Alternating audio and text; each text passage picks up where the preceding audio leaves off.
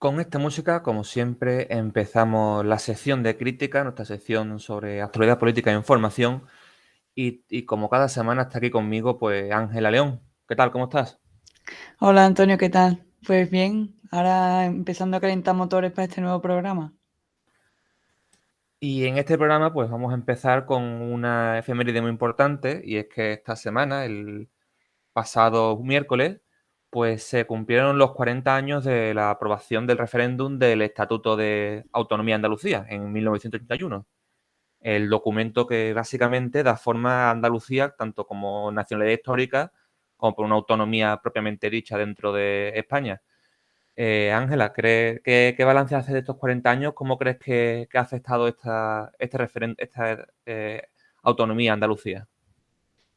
Bueno, pues sin duda es un aniversario importante porque como tú bien has dicho, pues implica la formación, el reconocimiento de una identidad propia, cultural, sobre todo, de una comunidad como Andalucía, que efectivamente, pues digamos que es el desemboque de muchísimas culturas y muchísimas experiencias diferentes en un momento, pues bueno, bastante complicado, aunque hay que recordar que hay partes de Andalucía, de la propia comunidad, que tienen un sentimiento que no se reconocen como andaluces, que esto también es algo curioso. Pasa, por ejemplo, con zonas como Almería, ¿no? Que tienen esa tradición, incluso ellos estuvieron en contra de firmar, digamos, de colaborar, de cooperar para la formación de ese estatuto, que es lo que hoy nos da la fuerza y la representación justa. Sí, además fue un caso muy interesante, que es verdad que en Almería hubo así algo raro que no sacó los votos, igual que también en Granada ha habido muy pequeños todavía, pero ligeros movimientos como de formar una comunidad propia. Aunque también es cierto que después con los años Almería también ha sido capaz el PSOE, que ha sido quizá uno de los grandes defensores de esta autonomía, implantarse allí. Pero quizá una de las cosas que yo creo que más, digamos, más importantes de esa autonomía, de ese estatuto de autonomía que podemos trasladar hoy en día, fue, digamos, el espíritu de negociación, ¿no? Realmente en esas mesas en las que se sentaban, pues estaba todo el arco parlamentario de Andalucía y de España negociando la autonomía andaluza, algo que quizá hoy en día pues parecería más complicado, ¿no? Sí, sin duda fue una lección total porque ahí se demostró que, bueno, que se puede hacer más política hablando que tirándose los trastos a la cabeza, que digamos que es la práctica dominante en nuestro presente. Y no solamente eso, sino que también el compromiso social, el querer cooperar en pro de un objetivo, pues al final, si se quiere, es lo típico, ¿no? Si se quiere o si se tiene voluntad, pues puede que se consiga varias cosas. Por lo tanto, este aniversario es importante para los andaluces a nivel estructural, pero también a nivel político, porque digamos que somos un ejemplo de lo que se puede hacer. Fue además también un estatuto producto de la movilización de la gente. Y es que Efectivamente. Andalucía en un momento no tenía previsto, o sea, no tenía derecho a unirse por la fórmula rápida con las nacionalidades históricas, con Galicia, País Vasco y Cataluña, sino que tenía que, digamos, acceder a la autonomía a través del artículo 143, de, digamos, el método más lento que tiene menos competencias. Pero las movilizaciones, recordando, bueno, que de hecho Andalucía no tuvo estatuto en la Segunda República, pero sí estaba en proceso de votar uno antes de que llegara el golpe de Estado del 36, y fue esa fuerza de la gente en la calle, esas movilizaciones, lo que consiguió, pues, ganar este derecho para todos los andaluces. Sí, sin duda, pues por eso te digo, por eso le doy yo hago esta lectura del Estatuto de Autonomía de nuestra comunidad, ¿no? Porque al final es eso, la movilización, la lucha. Yo creo que eso ya pertenece un poco más a la cultura nuestra, ¿no?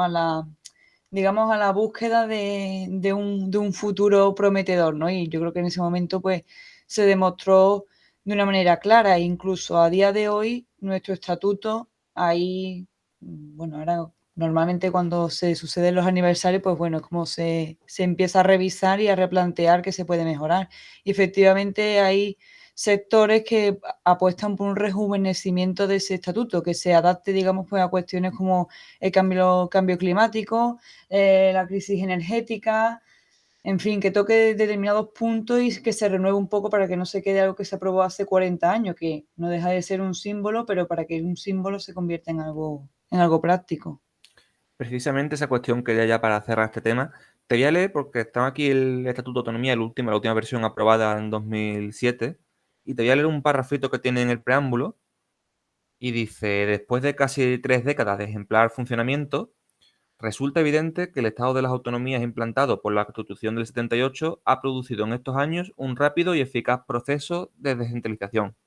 Ahora bien, transcurrida esta fructífera etapa de experiencia autonómica, se hacen necesarias reformas que modernicen el modelo territorial, que entra, digamos, un poco con eso que estás comentando, está aparente ya de que hay ciertas voces que ya han estado hablando estos últimos años de, oye, quizá habría que replantear el modelo general ante esta situación que estamos viviendo. Efectivamente, yo creo que ese es el espíritu del Estatuto de Autonomía de Andalucía, la persistencia por el cambio dentro de una cordura, ¿no? Evidentemente, en la realidad al final la que te exige también aplicarte sobre ella para, digamos, que haya una correlación entre lo que ocurre y para lo que tú estás preparado, digamos, dispuesto a cambiar. Por lo tanto, yo creo que eso resume perfectamente cuál es el espíritu, digamos, de este aniversario de hace 40 años. Pues efectivamente. Y pasamos a otro tema, un tema ya más actual de estas últimas semanas, último par de semanas, y es pues todo el debate en el Congreso de los Diputados alrededor de la marihuana, de la legalización del cannabis. Y si hace unos días pues era Íñigo Rejón y Más País los que proponían una ley para, digamos, despenalizar su cultivo y su consumo y el consumo propio, ahora también Unidas Podemos y Esquerra Republicana los que se han unido al partido de Rejón para proponer otra ley que plantea perfectamente esto, despenalizar el uso recreativo, el uso medicinal y regular su venta y producción. Pero ahora mismo el PSOE no parece por la labor de unirse a esta ley. ¿Qué te parece, Ángela? Hombre, pues teniendo en cuenta que según el Centro de Investigaciones Sociológicas, casi un 50% de los encuestados han votado, digamos, se han posicionado a favor de la legalización. ¿Por qué? Porque efectivamente es una idea interesante que puede resultar chocante, porque, claro, se plantea legalizar una droga. Vale, de acuerdo. La marihuana efectivamente tiene otros usos y ahí yo creo que es donde está la polémica. Creo que es ahí donde el punto fuerte de la cuestión, no tanto el uso recreativo que también, sino, digamos, visibilizar y no hacer problemático un uso medicinal siempre y cuando esté prescrito y controlado. No sé si me explico. Yo creo que la polémica está ahí, no tanto a favor como en contra, sino en qué aspecto a favor y en qué aspecto en contra. Sí, desde luego, digamos, funcionamiento medicinal no es algo novedoso y que es cierto quizá puede tener cierto consenso. Estas leyes que ya quizá aplican, pues ya como tú decías, ¿no? El uso recreativo, incluso el autocultivo. Pero además me parece interesante ese no, 50% porque realmente es un tema que divide, pues, como estás diciendo, mitad y mitad de la sociedad en posición a favor y en contra. A mí me parece curioso, sobre todo pues en este caso, ¿no? De esta legalización más amplia que ocurre a la vez en un mundo en el que cada vez, por ejemplo, el tabaco pues parece más restrictivo, que ahora con la excusa de la pandemia casi que parece que se va a eliminar del ámbito social.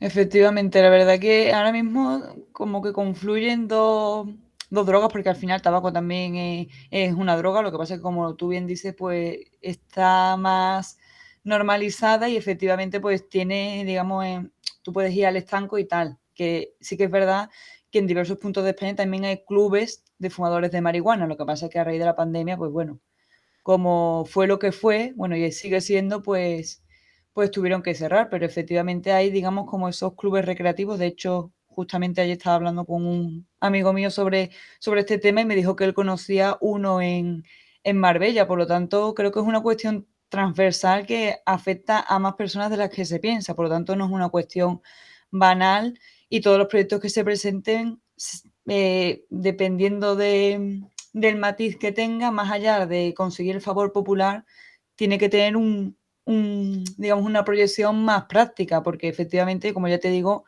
casi 300.000 personas en España reconocen ser consumidores de marihuana, por lo tanto es un porcentaje de la población bastante significativo. Como decíamos al principio, Más País ha sido el que ha propuesto la medida más amplia que daría más libertad a todas las posibilidades. Unidas Podemos se ha hecho una propuesta un poquito más limitada y que lo distinguiría únicamente al ámbito privado, no al comercio de esta. Mientras que en la derecha solamente Ciudadanos pues considera quizás que haya que dar cierta libertad. Pero como decíamos, lo cierto es que por ahora no tiene pinta de que vaya a ser ninguna ley. Lo que sí parece que se ha instalado es un debate, como decíamos antes, un debate que puede ser muy interesante, que puede aportar muchas cosas y que veremos dónde acaba todo esto. Y hablando de productos y de consumo, pues la verdad es que estamos viviendo una situación bastante complicada y es que no solamente hablábamos de la energía, que ya hablaremos un poquito más después, y es el del encarecimiento de los productos, de la cesta de la compra, que está cada vez más cara. De hecho, por ejemplo, el economista pues habla de que la cesta de la compra se ha encarecido ya un 15% por culpa de la subida de energía. Ángela, ¿hay un final a esta crisis? ¿Hay digamos, un límite a esta escalada que estamos viendo los últimos par de meses? Pues la verdad que el pronóstico que se puede hablar, digamos, comentar a día de hoy es que esto es una situación que va a ir creciendo, que efectivamente la subida de la luz y todo lo que vamos a comentar posteriormente es causa y esto es consecuencia, bueno, una de las consecuencias de ese encarecimiento descontrolado que desde mi punto de vista ya debería de ser atajado porque efectivamente que suba el precio de un producto no es algo que redunde en sí mismo, sino que afecta pues al final al ciudadano y al nivel económico y social de la sociedad. Por lo tanto, creo que esto está llegando como a un pico muy alto que efectivamente o se ataja lo antes posible, cuya respuesta no tengo, la verdad, o efectivamente vamos a estar sumidos en una crisis, yo creo que es una de las crisis más potentes, porque la de 2008, por ejemplo, era muy evidente, pero yo creo que esta es como más sibilina, como que el Ujú. explotido, yo creo que el estallido va a ser más fuerte en ese sentido porque no nos vamos a esperar, o se espera pero paulatinamente. Sí, quizá como en el sentido que estás diciendo, es algo que quizás parece más complicado de atajarlo, de influir en ello y que un poco nos está pasando por encima. Y es que de hecho este dato que te daba del economista, y que muchos medios también están hablando de subidas en diferentes productos, pues parece que incluso es más de lo que parece, y es que la OCU, la Organización de Consumidores y Usuarios, pues ha sacado un informe recientemente en el que denuncia pues una campaña para invisibilizar la subida de precios. Y es que muchas empresas están bajando los precios de sus productos o manteniendo su precio a la vez que hacen más pequeños los envases, algo que lleva ocurriendo desde hace un tiempo, no solamente ahora con esta crisis. Y en definitiva, menos peso y menos precio, pero al final el precio que sale por cantidad es más alto que hace unos meses o hace un año. Efectivamente, por eso te he comentado al principio que todo lo que tiene que ver con las dinámicas de la subida de la energía y digamos, también yo creo que está implícito también las cuestiones que tienen que ver digamos, con todo lo que tiene que ver con el medio ambiente, ¿no? Con el tema del plástico y demás. Yo creo que es una vorágine de elementos que van un poco como encadenados y efectivamente, pues puede parecer una tontería, pero el plástico de un envase influye en el precio del producto, por lo tanto no estamos hablando de algo banal y yo creo que es algo imparable porque a día de hoy, como tú bien decías, ¿no? La cesta de la compra pues ha subido exponencialmente y efectivamente si sales a la calle y escuchas a la gente hablar sobre este asunto, la verdad que existe cierta inseguridad, no tanto temor, pero sí inseguridad. Pues sí, y con lo cual tenemos una cesta de la compra más escasa de tamaño, porque los productos son cada vez más pequeños y a la vez más caras. Lo cual, desde luego, pues es una situación bastante complicada. Y Efecti como, sí, bueno, sí, Dale, dale, dale. no, no, termina que iba a pasar ya a tu tema. Sí que efectivamente, pues una preocupación, digamos, que está en la calle y que por lo tanto debería de ser atajada y reconocida lo antes posible, pero no dando la noticia o comentando los datos, sino cómo revertir esa situación que cada vez afecta a más españoles en nuestro país. Efectivamente, y la causa de esto, como diría que él, pues la tiene todo el gas y en general todas las materias primas, la energía, y es que aunque en las últimas semanas han estado subiendo la reserva de gas, aún seguimos en Europa muy lejos de los niveles de 2020. Y eso que en España pues no estamos tan mal. Mientras que hace un año pues la media europea estaba en el 95%, ahora pues estamos por debajo del 80%, en el 77% concretamente. Situación un poquito menos mala en España, que sube 2 puntos más hasta el 79 por encima de la media europea, pero como vemos, pues prácticamente 20 puntos por debajo de hace un año, una situación que parece que no termina de volver a la situación normal, se está recuperando muy lentamente después de esta pandemia que ha trastocado todos los planes del modelo energético. Efectivamente, los datos a día de hoy, como tú bien decías, en comparación al resto de países de Europa, no son tan negativos, pero yo creo que estamos topando ya con ciertos límites y ciertos recursos que se están haciendo cada vez más imprescindibles. Y efectivamente, el gas ahora mismo yo creo que ha desbancado al petróleo, ¿no? Que digamos era como el paradigma de resto de recursos, aunque también estamos viendo que se está encareciendo, sobre todo creo que en Portugal creo que estaba llegando ya a 2 y pico el litro de Efectivamente, gasolina.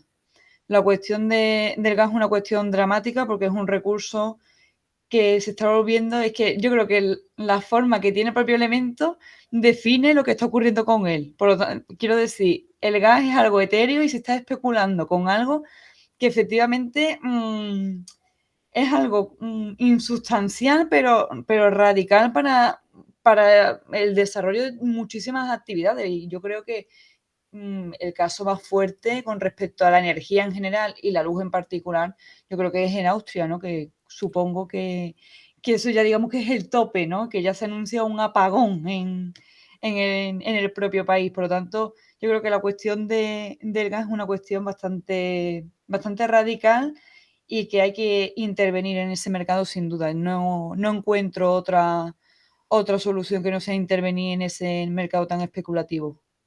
sí, de hecho Austria junto a Países Bajos son los dos países con menor reserva, prácticamente los dos un poco por encima del 50%, algo pues una situación muy complicada de cara al invierno, que obviamente pues es un pico dentro del consumo general y las reservas es algo muy importante para Europa, que al fin y al cabo es un continente que importa prácticamente toda su energía. Situación contraria, al lado contrario tenemos en Francia, que es un país que tiene un modelo energético basado en la energía nuclear y que sí que está manteniendo los mismos niveles estables de hace un año. Pero ¿qué consecuencias está teniendo esto en primer lugar? Pues ya en Moldavia estamos viendo que esta semana se ha declarado el estado de emergencia por falta de gas. Y es que una deuda que tiene con unas empresas de gas a nivel de suministro, hay unas ciertas amenazas sobre falta de suministro y ya el país ha declarado estado de emergencia para poder intervenir en el mercado y evitar la catástrofe de aquí a unos meses. ¿Qué te parece esta medida de excepción, Ángela?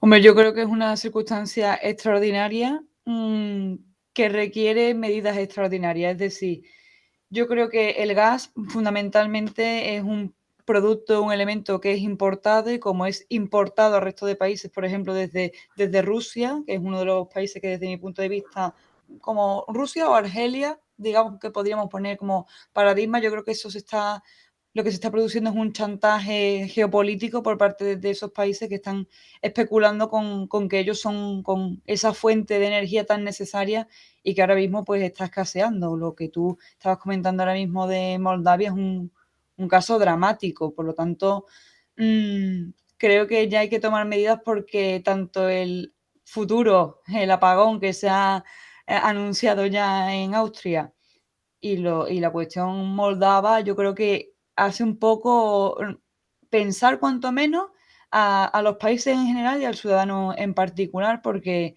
hay que intentar regular y cortar, digamos, esa sangría económica que produce el gas en los países. Eso no puede persistir porque es que al final la economía va a estallar. Hay países, por lo menos lo que yo pienso, países como los del sur, como nosotros, no sé si estamos preparados para Ujú. sufragar esos proyectos de renovación energética para readaptarnos, digamos, a esta nueva controversia, a esto que está ocurriendo. Por lo tanto, creo que yo estoy muy de acuerdo con el presidente Pedro Sánchez, o se alían para intentar cortar esa sangría, o veremos a ver qué rumbo toma esto en cada país.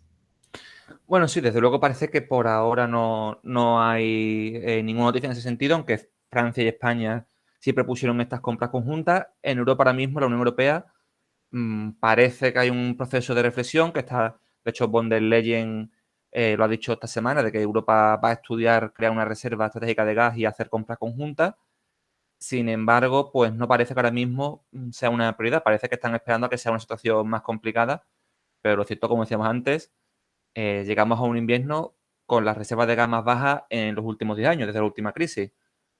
Veremos al final si esta lentitud de actuación de la Unión Europea por miedo a tomar estas decisiones afecta negativamente o no. Sí, yo creo que sin duda el hecho de escurrir el bulto, como se suele decir, creo que va a costar caro a la Unión Europea, porque yo creo que ahora es el momento en el que esta curva, digamos, esta dramática situación está, digamos, cogiendo fuerza, ahora es cuando intervenir. No deben de esperar a que el pico más alto llegue para tomar decisiones, porque se supone que ya una vez que hemos superado esta pandemia, hemos aprendido ciertas cosas, y una de las cosas que deberíamos de haber aprendido es esta, ¿no? De intervenir rápidamente cuando se ve que el problema está surgiendo.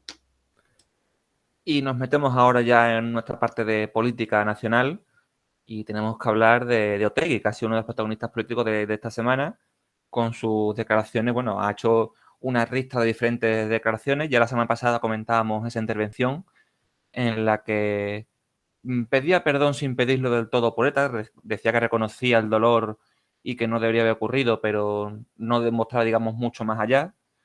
Después ha salido diciendo, bueno, un poco conectando el apoyo a los presupuestos con la liberación de los presos, luego se retractó diciendo que el presupuesto era una cosa independiente. Ha ido, digamos, como variando su discurso en estos últimos días sin dejar muy claro qué va a ocurrir con los presupuestos. Ángel, ¿tú crees que al final las cuentas del Estado van a estar terminadas por los presos de ETA? Pues la verdad, efectivamente, es muy complicado seguir el rastro de las declaraciones de Otegi, porque se ha puesto una camisa diferente en cada escenario. Yo creo que sí, que efectivamente estos presupuestos van a estar marcados por esas declaraciones, por ese chantaje en abierto, porque es que es así.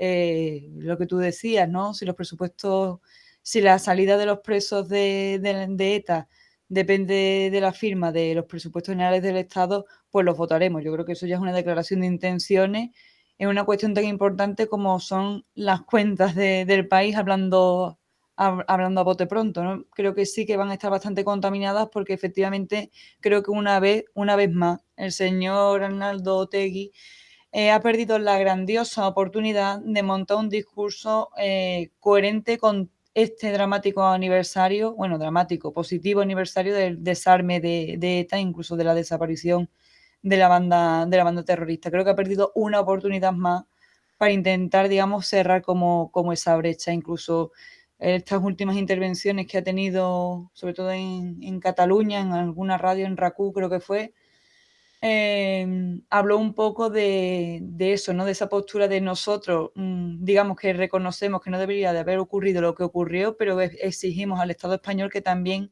reconozca los crímenes que efectivamente ocurrieron por parte del GAL con respecto a los terroristas. Yo creo que esto es una bisagra que va a permanecer abierta en el tiempo, y que efectivamente va a tener otra vez la cuestión sobre todo de las familias. Yo creo que las familias aquí otra vez vuelven al escenario público y van a ser la piedra de toque en la aprobación de los presupuestos, sin duda. No sé si estarás de acuerdo, pero quizás como estos vaivenes que ha tenido discursivos son casi, digamos, vaivenes de campaña política, ¿no? De como esta posición que tiene Bildu de tensionar al gobierno y de presentarse como una fuerza a la izquierda y un poco outsider, pero a la vez después, digamos, recapacitando un poco y moderando el mensaje, porque tampoco le conviene a Bildu que este gobierno caiga y pueda cambiar el gobierno. No sé si estás de acuerdo que quizás podría ser incluso un discurso ya electoralista pensando en campaña. Sí, pues seguramente sea lo que esté en el pensamiento de H. Bildu, pero como ya digo, esta estrategia política otra vez le está, yo creo que lo que buscan es positivo, pero le está afectando negativamente porque otra vez vuelven a jugar con algo, con el dolor de familias, con el dolor de hace muchos años y con realmente con las verdaderas víctimas, tanto de un lado como de otro. ¿Para qué? Para crear crispación, para mover ya, digamos, al pueblo y movilizarlo, digamos, en un sentido u otro, coaccionando al gobierno de coalición. Efectivamente, yo creo que el chantaje puede tener sus límites, porque como tú bien dices, no le conviene nada a H. Bildu que el gobierno actual caiga, porque si pretenden que esos 200 presos salgan de la cárcel, efectivamente otras fuerzas políticas no creo que ni se lo plantee. Ya lo último que conocemos pues de estas declaraciones las hizo ayer en la TV3, en el programa de Fax, en el que decía que, bueno, que a la derecha española, el PNV, le encantaría que realmente Bildu unificara a los presos a los presupuestos, pero lo que dice que piden es que se cumpla la legislación. Esto va en la línea de una manifestación que ha ocurrido también pues el día de anteayer, el sábado, en San Sebastián, en la que pues, personas de tanto del ámbito de Bildu, de la izquierda abertzale en País Vasco, como también personajes presentes del independentismo catalán, pedían el acercamiento de presos, que se cumpla, digamos, eh, la legislación actual, los presos de ETA. Recordemos, los presos de ETA tienen una legislación especial, están dispersados por el territorio de España, pero desde estos colectivos cercanos a estos presos consideran que ya al no existir ETA deberían ser tratados como presos normales y estar todos en cárceles del País Vasco para poder estar cerca de sus familias. Veremos en qué acaba todo esto. Y pasamos al tema también de la semana y son las discusiones dentro del seno del gobierno entre Unidas Podemos y el PSOE, que continúan pues en casi una guerra abierta dentro del gobierno en lo que parece que puede ser antesala de unas elecciones. Efectivamente, yo creo que el cisma cada vez se pronuncia más entre Unidas Podemos y PSOE. Yo creo que incluso es una brecha que puede llegar a ser incluso insalvable, porque como tú bien dices, está ya muy próximas unas elecciones. Yo creo que los sondeos también ya son un poco inciertos, porque dependiendo del que consultes, pues evidentemente va a situar a las fuerzas de izquierda o de derecha saliendo ganador de esas elecciones, pero sin duda la brecha que hay entre Unidas Podemos y PSOE creo que va a tener su reflejo en el voto próximo, la verdad, porque creo que hay más ruptura que alianza. Y dentro de esa disputa tenemos muchos frentes. Por un lado, principal quizás, la derogación de la reforma laboral. Y es que Efectivamente. pues ha habido un choque importante entre las ministras Yolanda Díaz y Nadia Calviño, en la que, bueno, en estos días Yolanda Díaz llegó a decir que claramente que sí, que van a derogar la reforma laboral, y ha hablado de reticencia y ha hablado de presiones refiriéndose a su compañera Nadia Calviño. Lo que sí ha dicho es que por ahora la coalición no se va a romper. ¿Peligro a la coalición, Ángela? Pues yo creo que efectivamente sí, porque estamos hablando de que se puede llegar a un acuerdo, pero un acuerdo que es complicado, porque el PSOE exige que nadie Calviño participe en esa negociación y Yolanda Díaz rechaza. Yo creo que no es el que se apruebe o el que se derogue en este caso, ¿no? Yo creo que es quién lidera esa negociación y quién lleva la voz cantante. Sin duda, este tipo de situaciones no comulgan con lo que es una coalición, porque efectivamente estar coaligado no significa estar de acuerdo en todo, pero tampoco estar roto en muchas cuestiones. Y al final, como ya digo, la imagen que se está proyectando es de una coalición de copia y pega que muy poco tiene que ver ambos partidos. Por lo tanto, creo que todo lo que se plantea a partir de ahora, la reforma laboral, y otras cuestiones creo que tienen que estar, digamos, en ese sentido, más allá del quién, sino vamos a hacerlo, pero vamos a hacerlo bien y no vamos a dar esa imagen de estar rotos por dentro, por muy extraña que suene la expresión. La ministra de Trabajo, Yolanda Díaz, después de todas estas cruces de declaraciones, hoy precisamente, hace apenas unos minutos, en la entrada de una jornada sobre envejecimiento en Santiago de Compostela, ya de hecho, pues ha señalado que, ha vuelto a decir que hay una parte del gobierno que sigue todavía discutiendo los contenidos, y ha dicho ya una frase que lleva el periódico de España en portada, y es que se aclaren con la reforma laboral referente al PSOE. O sea, por lo que se ve, por lo menos, la parte de Unidas Podemos dentro del gobierno es un tema que no parece que vaya a ir ni retroceder un solo paso. Hay más frentes en esto. Otro frente es la ley de vivienda, tan polémica y que tanta dificultad ha tenido. El presidente Pedro Sánchez ha anunciado que será aprobada esta semana, este martes seguramente, pero de hecho el Confidencial lo lleva también una noticia que en un mensaje privado del presidente a los inversores internacionales dice que la ley de vivienda que no se va a aplicar, que todo esto que se está aprobando, lo ha dicho a Blackstone y a Lone Star, que lo pactado con Podemos se va a suavizar y que en última instancia incluso el PNV podría tumbarlo, pero que es 100% que no se va a aplicar tal como propone Podemos. Es aquí, podemos ver otra guerra interna aquí. Hombre, sin duda yo creo que la sensación de, bueno, yo creo que se ha dicho bastante claro, ¿no? Manifestar que algo se aprueba, pero realmente el espíritu que hay es rechazarlo o no cumplirlo.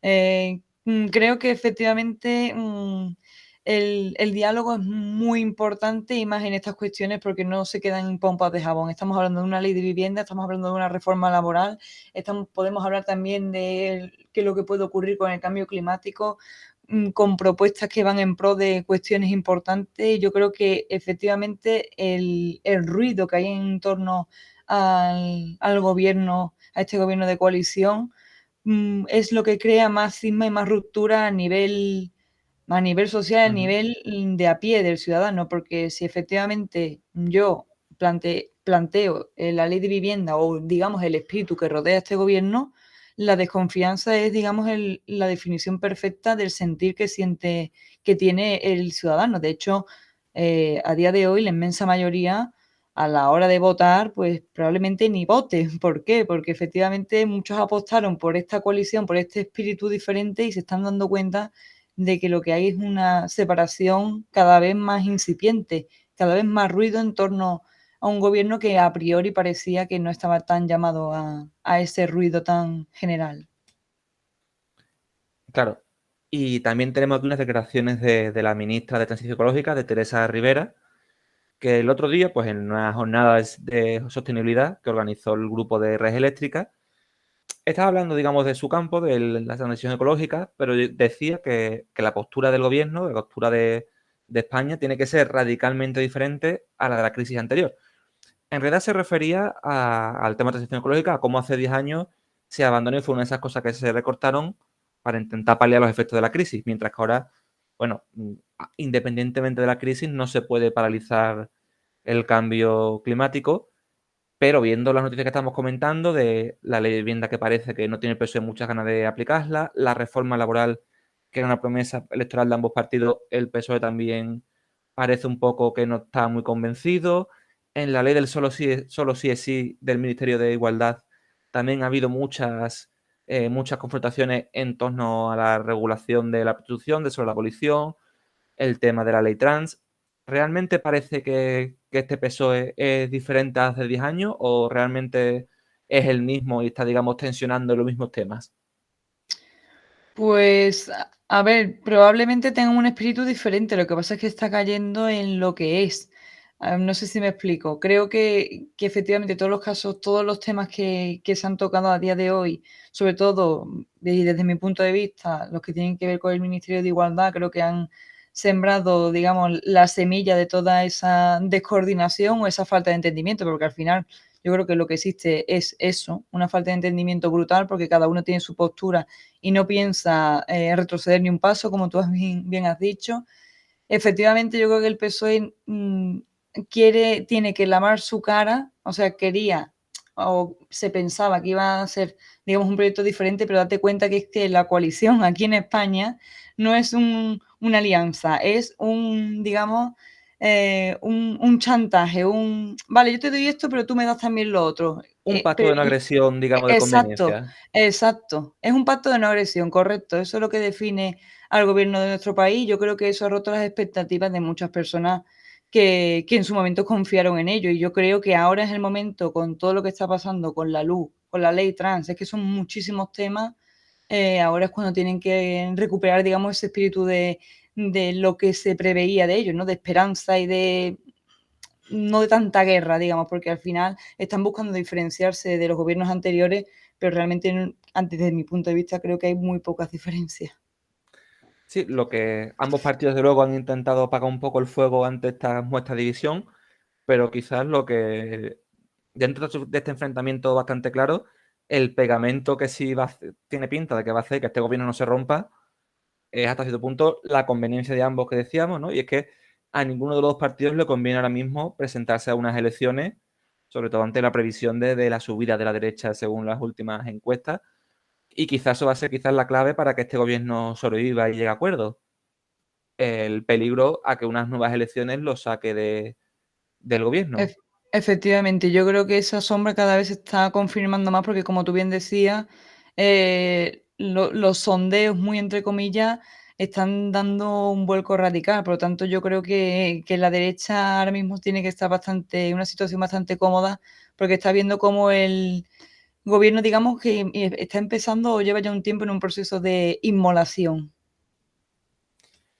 Y el último de estas polémicas, que ya digamos parece que se apaga un poquito, pero va a seguir en el futuro, es la retirada del escaño al diputado de Unidas Podemos, Alberto Rodríguez, que fue, digamos, Efe por poner en Dale. contexto, bueno, ha sido imputado y ha sido declarado culpable por el Tribunal Supremo por una agresión a un policía en una manifestación años antes de que existiera Podemos. En un principio, el Tribunal Supremo dictaminó que tendría que abandonar el escaño. Los juristas del Congreso dijeron que no hacía falta por lo corta que era, por lo pequeña que era la condena. Eran 40 días solamente de condena. No tenía sentido quitarle el escaño. Al final, la presidenta del Congreso, la señora Batet, se lo ha quitado, se lo ha pedido. Y el que ha sido hasta ahora diputado de Unidas Podemos ha abandonado el partido, ha abandonado su escaño, pero ha anunciado una denuncia contra, bueno, en principio era contra la señora Batet, al final va a ser contra, según las últimas informaciones, contra el Tribunal Supremo y contra esa, digamos, el hecho en sí, más que la persona. Sin duda, yo creo que ya cuando el partido Unidas Podemos se querella contra Meritxell Batet del PSOE, yo creo que ya, digamos, han puesto, digamos, en bandeja, han confirmado lo que estamos hablando previamente. Al final, yo creo que es una situación ya de tope. Por lo tanto, el hecho de que se querelle por prevaricación porque efectivamente la presidenta de la Cámara ha hecho lo que tenía que hacer porque es una sentencia del Tribunal Supremo, creo que ya es como la derecha está un poco bebiendo ya, digamos, se está nutriendo de todo este tipo de este malestar profundo que existe entre ambos partidos. Y al final, yo creo que esto es una guerra también a muy largo plazo, porque efectivamente las elecciones vienen ya y yo creo que esto ya se está viendo un poco la crónica de una muerte anunciada de este gobierno de coalición por todo este tipo de brechas que cada vez se están pronunciando más, ¿eh? Sí, lo cierto es que en un principio se hablaba de Unidas Podemos como denunciante, rápidamente la coalición dijo claro que era solamente de la parte de Podemos, poco después al final se decía que Podemos simplemente iba a apoyar la denuncia del exdiputado Alberto Rodríguez a la presidenta del Congreso. Al final ni siquiera eso será a nivel personal, pero más bien contra la sentencia en sí, más que contra la persona, y que incluso ha anunciado que no tiene ningún problema e incluso llegar al Tribunal Europeo de Derechos Humanos. Veremos al Efectivamente, final en qué queda la cosa. No sé si quieres decir efectivamente. algo más. Sí, que efectivamente yo estoy de acuerdo con eso, que se tiene que recurrir la sentencia, no al portavoz de la misma. Y yo creo que a esa ahí la diferencia puede ser bastante abismal, porque no es un ataque frontal contra el propio socio de gobierno, sino que es recurrir una sentencia como miles se producen. Efectivamente, desde luego una situación bastante polémica, sobre todo por esa división de opiniones. Por un lado, Tribunal Supremo diciendo estos 45 días de suspensión deben aplicarse. Y por otro lado, como decíamos antes, los letrados de la Cámara, que son al final quienes, digamos, asesoran a los miembros sobre temas legales, diciendo que al ser tan corta no era necesario aplicarla y con la multa que se le había aplicado era más que suficiente. Veremos porque desde luego es algo que, aunque se ha apagado el fuego rápidamente, seguramente sea algo que todavía tenga bastante recorrido.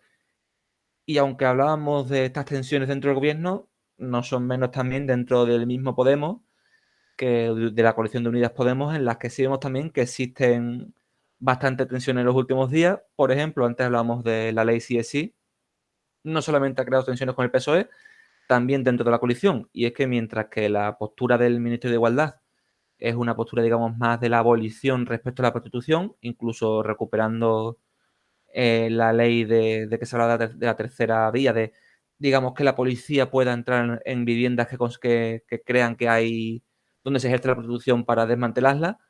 Desde círculos como desde Cataluña se está, digamos, yendo en contra de esta ley y defendiendo que ante esta posición de abolición hay que tener una posición más, digamos, de regulación de esta prostitución, porque es, digamos, lo que la abolición, según su opinión, va en contra de las personas, mientras que la regulación le da cierto margen de derechos.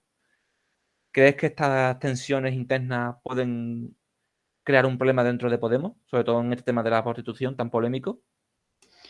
A ver, partiendo de la base que el tema de la prostitución es un debate interminable porque la regulación tiene sus pros y sus contras y la abolición también. Por lo tanto, creo que eh, estos cismas, las guerras internas por estas cuestiones, sobre todo cuando se hacen tan visibles, tan evidentes, creo que no favorecen a nadie, no favorecen incluso a la persona de a pie que a lo mejor le afecta ese tema. Por lo tanto, creo que habría que estudiar un poco más profundamente lo que es lo que es la prostitución, lo que supone la prostitución en nuestro país, analizar el problema y luego en pro de ello, plantearse las alternativas y no utilizar la palabra abolición o regulación arbitrariamente por ganarse el favor popular.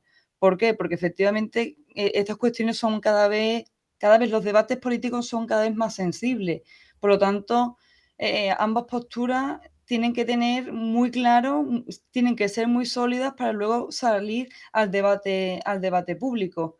Por lo tanto, creo que tienen que dar un mensaje, por muy complicado que sea, medianamente unívoco para no crear esta confusión con un tema que, en fin, históricamente, pues siempre ha creado bastante polémica. Pues efectivamente, y también dentro de Podemos, el proyecto de Yolanda Díaz, pues parece que quizás intenta ser este elemento unificador, y es que ante esta debilidad claramente que tiene la coalición en todos los frentes, pues está intentando crear hacer músculo, crear un frente común, y ya pues se está hablando de esta reunión que tendría, de este acto, tanto con Ada Colau como principal aliada, también con Mónica Oltra de Compromís en este intento de recuperar a este partido dentro de su coalición, e incluso también con la presencia de Mónica García, de Más País. En cambio, no, ni con Ione Belarra ni Irene Montero de Unidas Podemos. De Podemos, perdón. Parece que el modelo de Yolanda Díaz intenta, por un lado, absorber a lo que es la coalición de Más País, a pesar de Rejón, que sí estaría, digamos, descolgado de esta situación. Y por otro también, quizás el gesto mayor visualmente podría ser el menor peso de Podemos, el menor peso, aunque sea a nivel de cara, de Podemos dentro de la coalición. ¿Crees que este proyecto de Yolanda Díaz puede recuperar los grandes resultados que tuvo la coalición hace ya 5 años? Pues probablemente sí, porque creo que el papel de Yolanda Díaz es un papel bastante importante, sobre todo, como tú bien decías, de nexo ante todas estas rupturas. Y al final yo creo que se está creando, digamos, como el espíritu Díaz, en ese sentido de ser capaz de dialogar, de buscar el punto en común. Y yo creo que al final, pues, pueden dar... el espíritu de Yolanda Díaz puede ser, digamos, el toque que refresca un poco lo que está ocurriendo dentro de la izquierda en este país. Digamos que es como ese aire fresco que no resulta tan contaminante o que da, digamos, como tú bien decías también, una imagen de otra alternativa ante, digamos, lo que he dicho antes, ¿no? De la inmolación que está llevando a cabo los socios de gobierno. Creo que es un nexo importante y que al final veremos a ver en qué acaba el papel de la señora Yolanda Díaz, que yo creo que es imprescindible ahora mismo en nuestro país. Y otro detalle muy importante que quizá alguno lo haya pasado por encima, estamos hablando si se diera esta coalición que parece que intenta crear Yolanda Díaz, aparte de ella como candidata, Ada Colau, Mónica García, Mónica Oltra y también dentro, aunque quizás no como cara visible, pero seguro con un papel importante, Irene Montero y Une Belarra. Casi que parece que una unanimidad en una cara feminista y sobre todo feminizada de esta nueva coalición, que después de cambiar su nombre a Unidas Podemos, parece que por fin da el paso a un claro liderazgo feminista. Sí, sin duda sería una propuesta, una aparición interesante, ¿no? Por eso que comentabas, que parece que es la consumación de todos los diversos eslóganes y diversas posturas que hay con un centro común, sobre todo por lo que tú decías, ¿no? La presencia de la mujer y el perfil que tienen también, porque volvemos un poco a lo que yo decía antes, ¿no? Con respecto a la señora Yolanda Díaz, creo que también es un planteamiento bastante práctico en ese sentido y bastante útil con respecto a los debates y las circunstancias que se planteen en nuestro país. Veremos a ver ese proyecto porque yo creo que ilusionaría varios sectores de nuestra, de nuestro país. Y terminamos ya la información sobre España con noticias sobre COVID-19. Y es que los medios de comunicación estos días han traído sus noticias que se detectan en España, en concreto en Cataluña, los primeros casos de la variante británica Delta Plus. Esta variante, digamos, dentro de la variante Delta, que ha sido pues la más contaminante dentro de todas las variantes que ha habido del COVID-19, original de la India, dentro de Reino Unido, que ha sido uno de sus centros de expansión, perdón, ha mutado ligeramente en lo que ahora los científicos llaman Delta Plus, que en principio no tendría no producir una enfermedad más grave ni tendría causas más graves, pero sí ligeros repuntes en su contagio, sin verse afectado, por supuesto, en la efectividad de las vacunas. Pero parece que España otra vez, desde Reino Unido, llega otra vez una variante que podría poner en jaque el invierno. Pues bueno, efectivamente el COVID es un asunto que ha remitido bastante, que su incidencia no tiene nada que ver en fin, a todo este año y medio que llevamos con esos datos tan horrendos, pero es una cuestión que no hay que olvidar. Efectivamente ha aparecido esta variante incluso ahora en un momento donde van a empezar a bajar las temperaturas, que llega el otoño, llega el invierno y digamos que va a ser una confluencia de circunstancias bastante polémicas. Esperemos que la incidencia se quede en casos, digamos, controlables y que, por supuesto, pues no tengan ningún final dramático, pero esto, digamos, que nos debe de mantener alerta sobre una cuestión que todavía no nos ha abandonado por mucho que queramos aparentar o que quieran vender que sí. A día de hoy, lo que sabemos es que en Reino Unido esta variante nueva forma más o menos el 6% de los nuevos contagios que hay en el país, mientras que en España hasta ahora solamente conocemos estos 5 casos de los que ha informado la Consejería de Salud de Cataluña. Y para terminar el día de hoy, pasamos un poco a la información internacional, y es que en Alemania pues están pasando cosas. Hace unos días conocíamos la noticia de que la joven falangista Isabel Peralta, conocida hace ya unos meses aquí en España por ese discurso antisemita, irá hasta el país alemán a pasar, digamos, una becada por una organización neonazi para aprender tácticas de propaganda y de combate.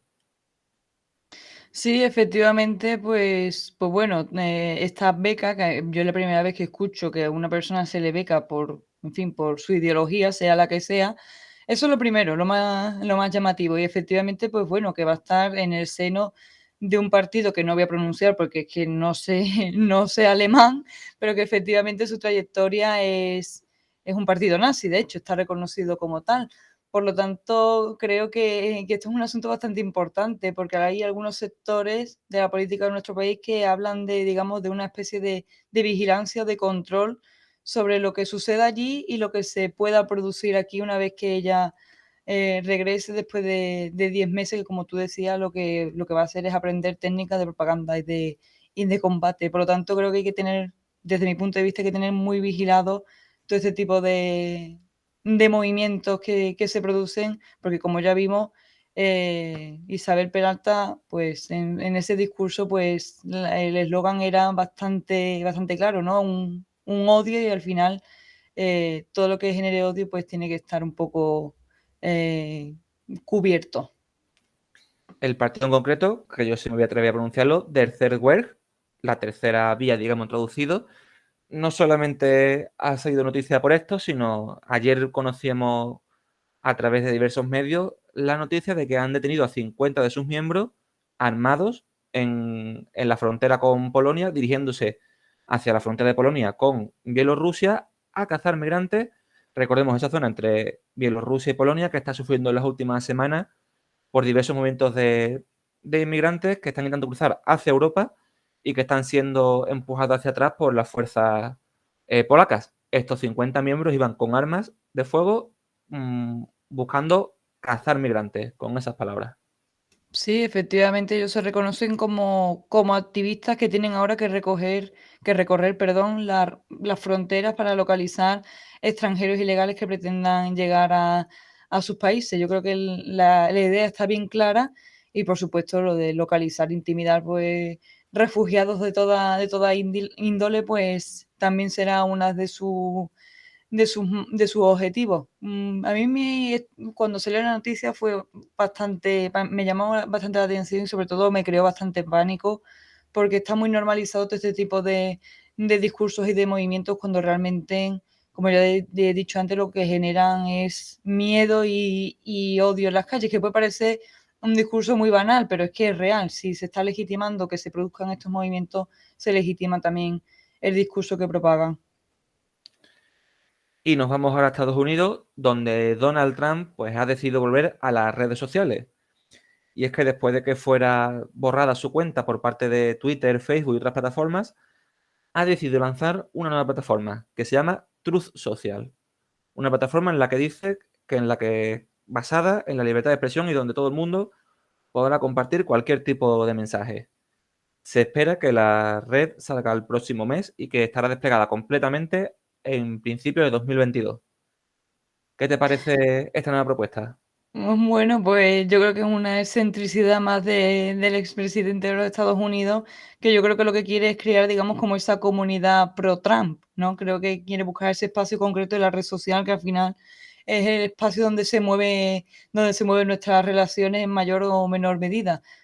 La verdad que me llamó bastante la atención, porque es como crear, digamos, un partido o, digamos, una sociedad en una red social capitaneada por, por un expresidente. Creo que es como ya digo, es otra salida de onda de Donald Trump. Pues sí, desde luego. Y ya para terminar con la información internacional, nos vamos hasta Brasil, donde Jair Bolsonaro ha sido en estos días acusado de crímenes contra la humanidad por el manejo de la pandemia. A través de un reporte del Senado de Brasil, ha sacado como conclusiones que permitió a propósito que se propagara el coronavirus y matara a los brasileños, sobre todo hace hincapié en las provincias de la Amazonia, donde hay una población mayoritaria de nativos, y en una apuesta que dicen fallida por intentar solucionar la pandemia mediante la inmunidad de rebaño. Es decir, que todo el mundo se contagie, que muera quien tenga que morir, y así nos quitaremos la enfermedad lo antes posible. Jair Bolsonaro, acusado de crímenes de lesa humanidad.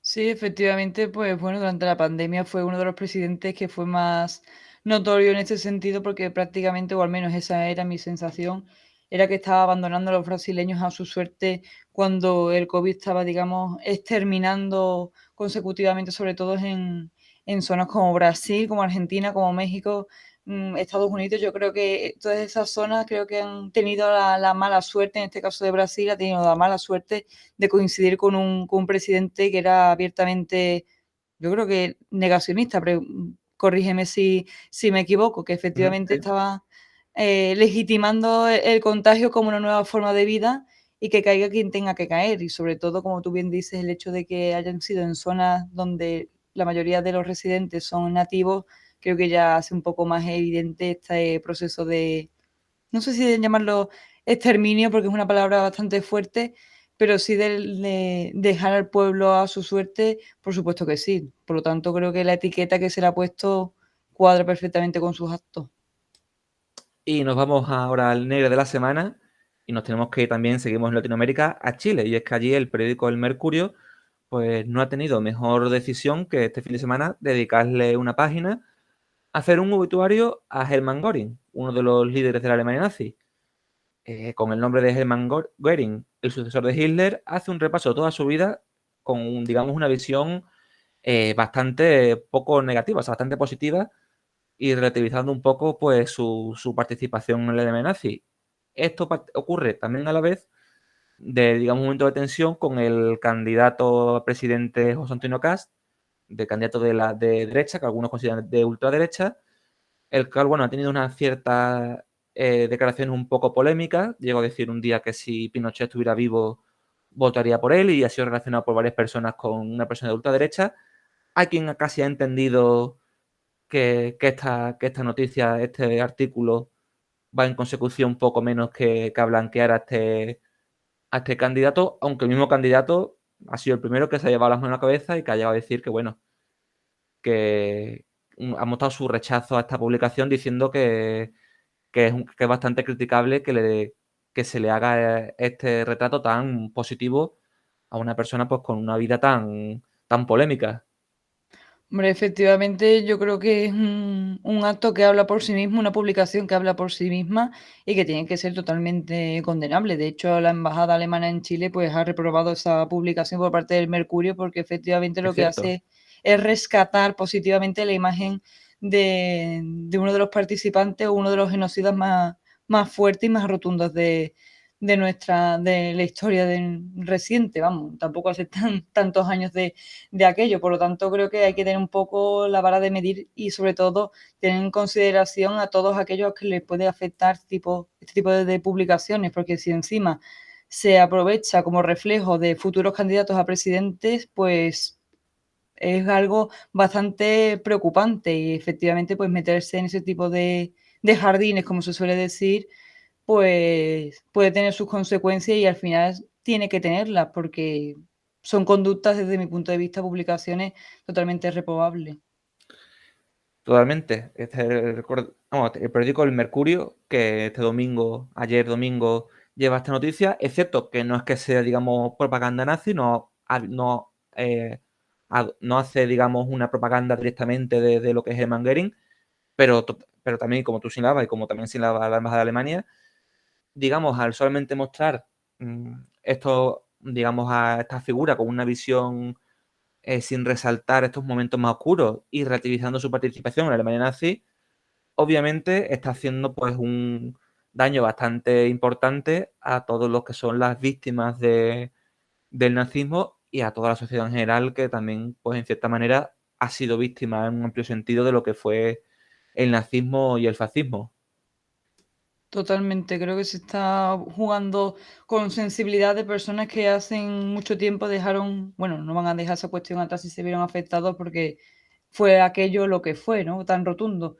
Por lo tanto, yo creo que cuando se producen estas publicaciones hay que intervenir rápidamente. No sé de qué manera, porque la palabra censura es una palabra que da pánico, pero sí que un poco de control ante estas publicaciones. Vamos, hablo de esta porque es esta. Si se hablara de otro tipo de ideología, Ujú. diría exactamente lo mismo. Creo que hay que tener un poco de mano izquierda con este tipo de publicaciones porque, claro, tienen su reflejo y eso es algo que no se puede olvidar.